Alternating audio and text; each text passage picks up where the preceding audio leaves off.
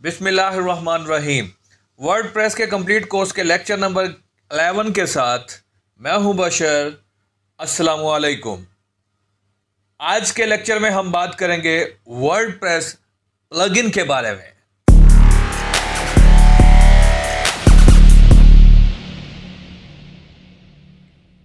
WordPress plugin एक छोटा सा सॉफ्टवेयर होता है, ब्लॉक ऑफ कोड्स होता है उसके अंदर।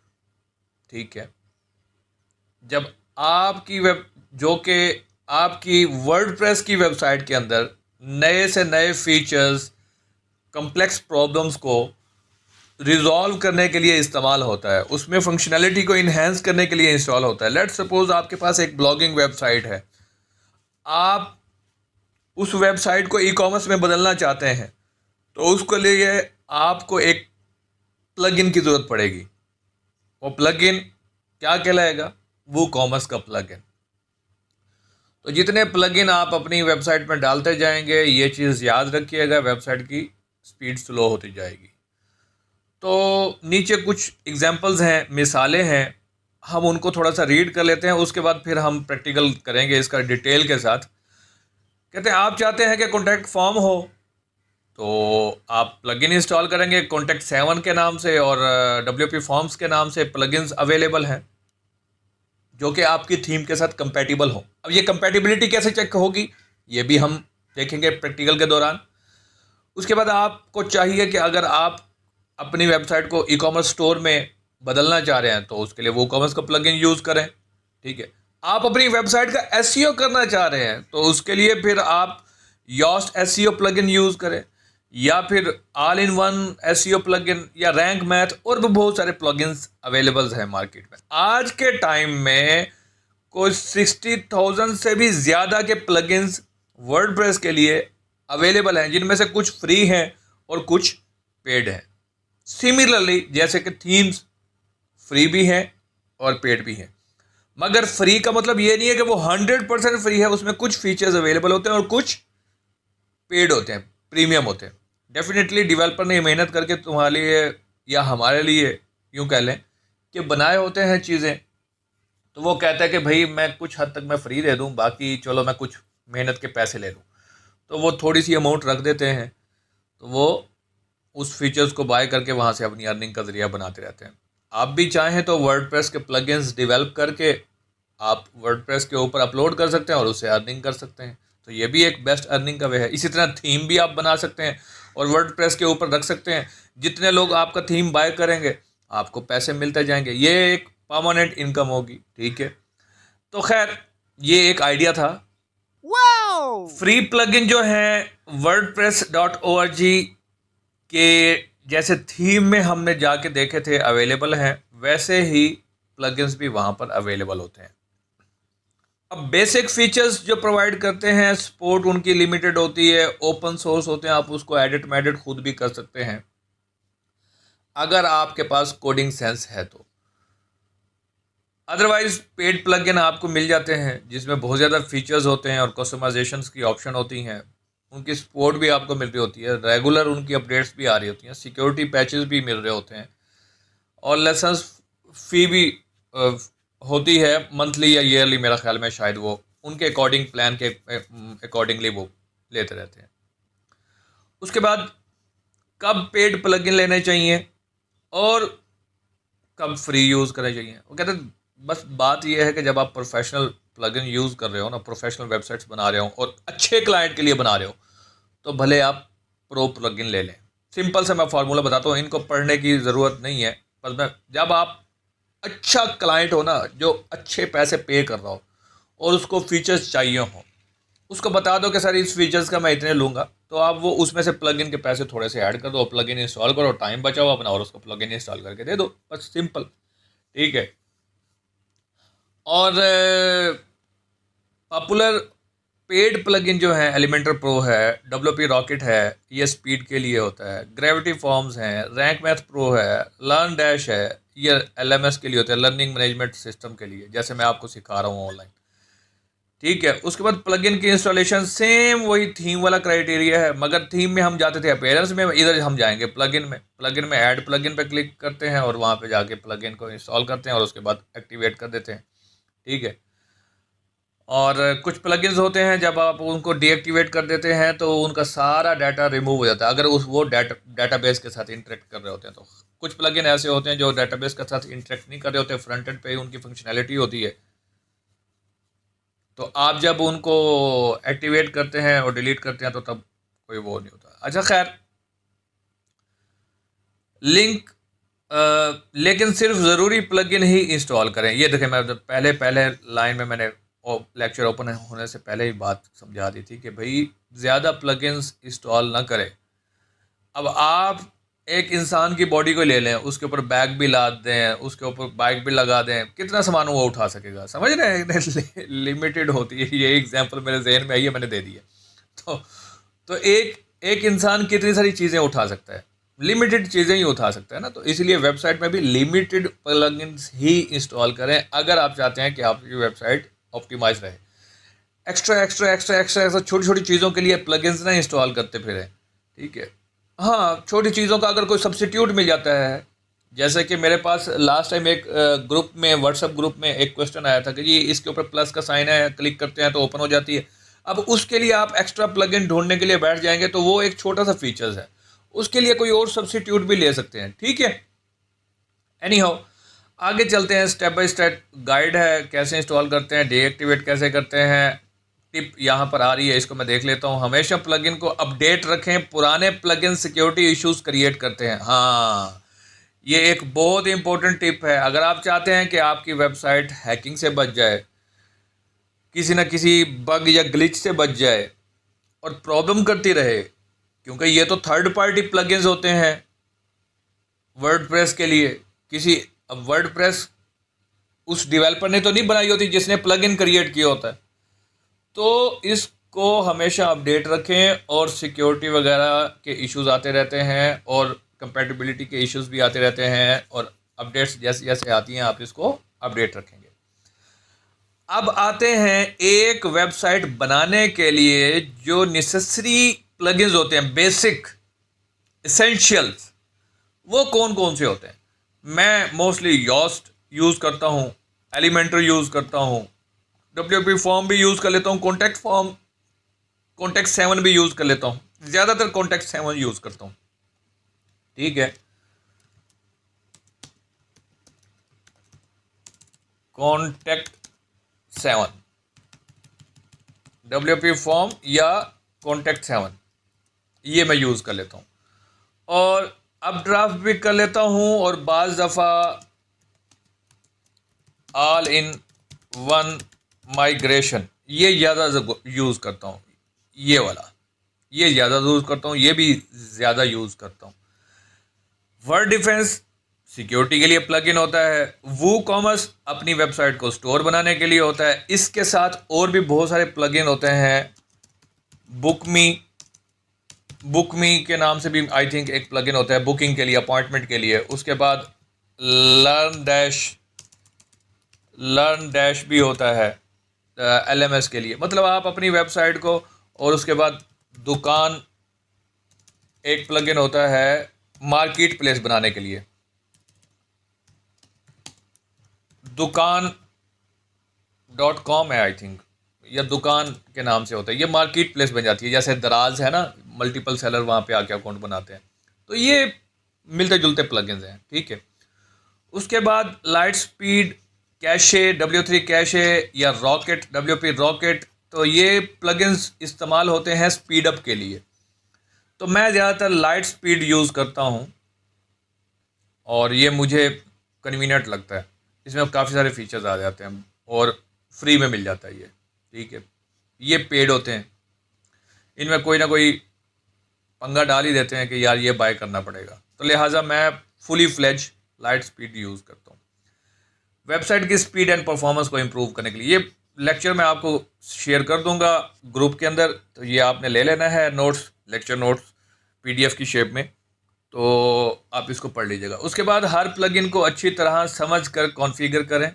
ये टिप है लाजमन। यूट्यूब ट्यूटोरियल भी मददगार होते हैं। प्लगइन का डॉक्यूमेंटेशन ज़रूरी पढ़ें अगर उसके अवेलेबल हैं तो ये हैं टिप्स। होप सो कि हमारा ये थ्योरी सेक्शन कंप्लीट हो गया। अब हम चलते हैं अपने डैशबोर्ड की जानिब और प्लगइन इंस्टॉल करना और कंपैटिबिलिटी और ये सारी चीज़ें देखना और समझना शुरू करेंगे कि कैसे चेक करते हैं। अपीयरेंस में हम जाते थे थीम के ऊपर, यहाँ पे हमें ऐड करना पड़ता था, ठीक है। प्लगइन्स के ऊपर हम जैसे ही क्लिक करेंगे तो यहाँ पे ऐड प्लगइन भी आ रहा है, इंस्टॉल प्लगइन भी आ रहा है। प्लगइन की फाइल एडिट, अगर आपके पास कोडिंग सेंसेस है तो आप इसको भी यूज़ कर सकते हैं, अदरवाइज स्किप कर दीजिएगा, इसको ना छेड़िएगा। उसके बाद मैं ऐड प्लगइन पे यूज़ करता हूँ। अब मुझे क्या क्या बेसिक प्लगइन्स चाहिए इस वेबसाइट को, लर्न को, WP लर्निंग को। इसका फ्रंट पेज तो मैंने बना ही लिया था, ये देखें। फ्रंट पेज में एक दो चीज़ें और डालूंगा तो वो बस और आ जाएंगी। इसका मैंने अबाउट अस भी बना के इसी को ही WP लर्न को ही हम कंप्लीट कर लेंगे। अबाउट अस बनाना है, ब्लॉग, कोर्सेज, कॉन्टैक्ट अस, ठीक है। और इसमें अब एसेंशियल प्लगइन जो है ना, योस्ट, मैं लिखूंगा योस्ट। ऐड प्लगइन पे मैंने क्लिक किया और इस वक्त मैं ऐड प्लगइन के पेज के ऊपर हूँ। अच्छा, अब जो चीज़ें नोट करने की होती हैं कि आया ये कंपैटिबल होगा कि नहीं होगा, कंपैटिबल होगा कि नहीं होगा। यहाँ पर कुछ योस्ट लिखा है, योस्ट ये आ गया बाय योस्ट, ये पहले ही आ गया, ये भी पहले ही आ गया बाय योस्ट। मगर यहाँ पर टोटल रिजल्ट आपको 1001 आइटम नज़र आ रहे हैं प्लगइन्स के और 28 पेजेस हैं। अगर मैं इस पर क्लिक करूँगा तो ये 28 पेजेस पर पहुँच जाएगा। फिर मुझे ये यहाँ पे क्लिक करके वापस आना पड़ेगा, मगर ये पहले पे है। अगर मैं इस पर क्लिक करूँगा तो ये नेक्स्ट वाले पेज पे चला जाएगा। पेजिनेशन है ये, ठीक है। और एक पेज के ऊपर मेरे पास रिजल्ट नज़र आ रहे होंगे तकरीबन यही कोई 40-50 होंगे बस, और क्या, ठीक है। तो ये आप डिवाइड कर लीजिएगा कितने आ रहे हैं मेरा ख्याल में।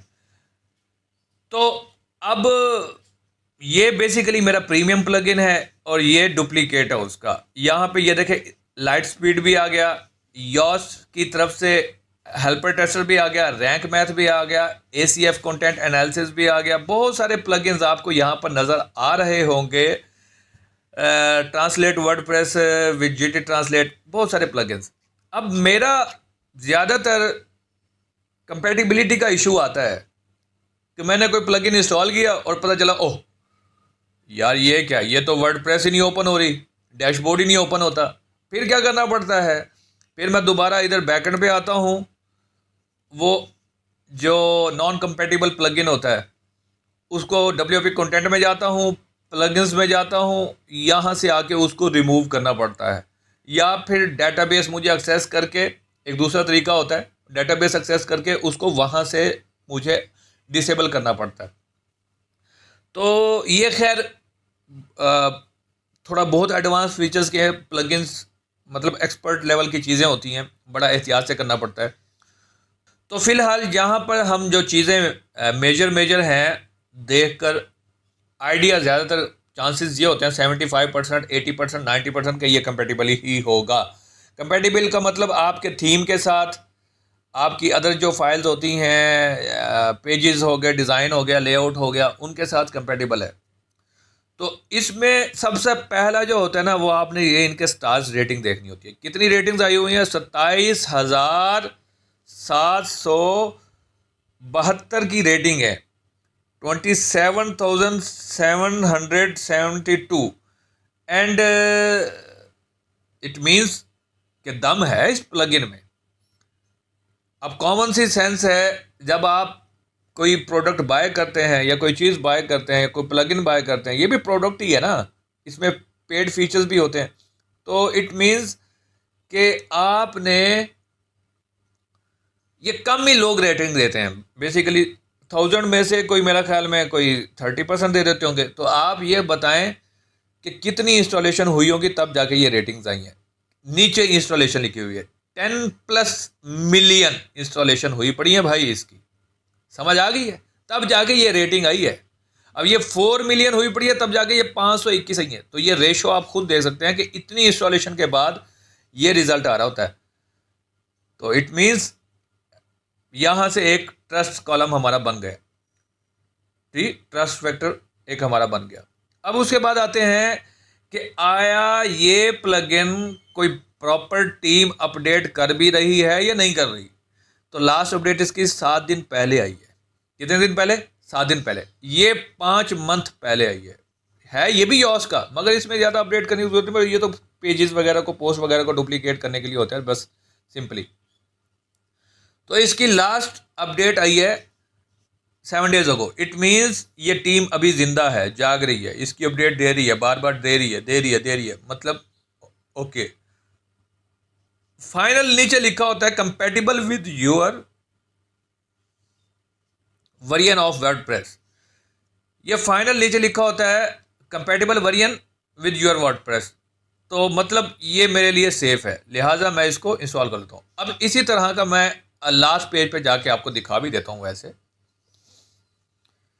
लास्ट पेज पे मैं जाता हूँ, ये 29th, ठीक है। अब यहाँ पे भाई, हाँ, यहाँ पे ये देखें, ये 5000 प्लस इंस्टॉलेशन हुई पड़ी है और 73 सिर्फ इसके ऊपर वो रेटिंग आई पड़ी है। अब उसके बाद यहाँ पे लास्ट अपडेट 3 साल पहले। अब पता नहीं भाई बंदा जिंदा भी है ये या मर गया, खप गया है। और उसके बाद अनटेस्टेड है with your version of WordPress. यहीं से ही आपको मोटी मोटी इंफॉर्मेशन मिल रही होती है। तो before going to install, before going to activate, आपको ये बेसिक चीज़ें लाजमी अंडरस्टैंड कर लेनी चाहिए। अब उसके बाद दोबारा मैं वापस आता हूँ फर्स्ट वाले पेज के ऊपर। तो यहाँ पे मेरे पास योस्ट आया हुआ था, मैं योस्ट को यहाँ से इंस्टॉल करूँगा और उसके बाद ये डाउनलोडिंग हो रही है उसके ऑफिशियल पेज से, वर्डप्रेस के। क्योंकि जब हम प्लगइन बनाते हैं तो प्लगइन बना के जो कोई डेवलपर वर्डप्रेस को पेश करता है कि भैया हमारा ये प्लगइन है, इसको चेक कर लो, वर्डप्रेस वाले उसका पोस्टमार्टम करते हैं कि कहीं इसमें कोई बग, कोई वायरस, कोई ग्लिच, कोई 2 नंबर चीज़, तो 2 नंबर कोड तो नहीं है। तो वर्डप्रेस उसको टेस्टिंग करते हैं, कुछ स्टैंडर्ड हैं उनको फॉलो करना पड़ता है प्लगइन डेवलप करते वक्त। और प्लगइन जब डेवलप कर लेते हैं तो फिर आप वर्डप्रेस वालों को देते हैं, वर्डप्रेस वाले उसको चेक करते हैं, चेक करने के बाद उसको कहते हैं हाँ भाई ये ओके है, इसको अपनी मार्केट प्लेस में, जैसे प्ले स्टोर में ऐप्स आ जाती हैं ना, तो वैसे वर्डप्रेस वाले उधर अपने कंपेटिबल सोर्स में ये डाल देते हैं। अब ये प्लगइन हमारे पास इंस्टॉल हो चुका है, लिहाजा हम इसको एक्टिवेट कर लेते हैं। वर्जन भी हमारे पास आ रहा होगा, ये 25.8 वर्जन है। खैर देखते हैं, इसको एक्टिवेट कर देते हैं। तो आप देखेंगे ऊपर भी चेंजेस होंगी और इधर भी चेंजेस होंगी। देखिएगा ये अभी फीचर्स ऐड होंगे, ये थोड़ा सा टाइम ले रहा है एक्टिवेट होने में, मगर एक्टिवेट जैसे ही होता है। इसी तरह आपने वूकॉमर्स का प्लगइन भी इंस्टॉल करना है, उसकी अलग कॉन्फ़िगरेशन होती है। इसी तरह आपने लाइट स्पीड का भी करना है, उसकी अलग कॉन्फ़िगरेशन होती है। तो आपने ये जो रिमेनिंग प्लगइन्स हैं ये आपने करके मुझे दिखाने हैं। और आपसे गिला ये है कि आप प्रैक्टिस पता नहीं करते हैं या नहीं करते। जब तक आप प्रैक्टिस नहीं करेंगे तब तक आपको ये चीज़ें समझ नहीं आएंगी, बिल्कुल नहीं आएंगी। मेरा पढ़ाने का, मेरी एनर्जी वेस्ट करने का भी फ़ायदा नहीं होगा मुझे, ठीक है। मैं चाहता हूँ कि आपको नॉलेज एंड स्किल्स डिलीवर्ड होनी चाहिए, ठीक है, और आप इसको सीखें। ये एक अपॉर्चुनिटी है फ्री की और आप इससे सीखें। अब ये देखें, ये हमारा प्लगइन ये इंस्टॉल हो चुका है और ये सामने ये देखें, इसके ऊपर नोटिफिकेशन आना शुरू हो गया। ये योस्ट आ गया, ये योस्ट का मोनोग्राम या लोगो कह सकते हैं आपको, ठीक है। तो ये प्लगइन्स के, अब इसके मज़ीद इसको समझने के लिए आप कहेंगे तो मैं हर प्लगइन के लिए अलग अलग एक वीडियो भी बना के दे दूँगा। मगर ये यहाँ तक हमारा टॉपिक है कंपैटिबिलिटी चेक करना और वर्डप्रेस के प्लगइन्स वगैरह की फंक्शनैलिटी को इन्हांस करने के लिए प्लगइन्स को इंस्टॉल करना और उसकी कंपैटिबिलिटी को चेक करना। उम्मीद करता हूँ आपको ये वीडियो भी पसंद आई होगी, ये लेक्चर भी समझ आ गया होगा। इसकी प्रैक्टिस ज़रूर कीजिएगा। एक दफ़ा देखिएगा, फिर नोट्स बनाइएगा, फिर उसकी प्रैक्टिस कीजिएगा। ये 3 स्टेप लाजमी कीजिएगा और कंसिस्टेंसी से लगे रहें। इंशाल्लाह ताला आपको वर्डप्रेस सिखाना मेरा काम है, सीखना आपका काम है। जब आप अच्छे से सीखेंगे नहीं तो आपको ये आएगी नहीं। तो उम्मीद करता हूँ आप सीखेंगे भी और इसको आगे भी शेयर करेंगे, लाइक भी करें, कमेंट भी करें और चैनल को सब्सक्राइब भी करें अगर नहीं किया तो मिलते हैं नेक्स्ट वीडियो में किसी नए टॉपिक के साथ। मुझे दीजिए इजाज़त, अपना और अपने रिश्तेदारों का ख्याल रखिएगा। मिलते हैं नेक्स्ट लेक्चर में। अल्लाह निगहबान।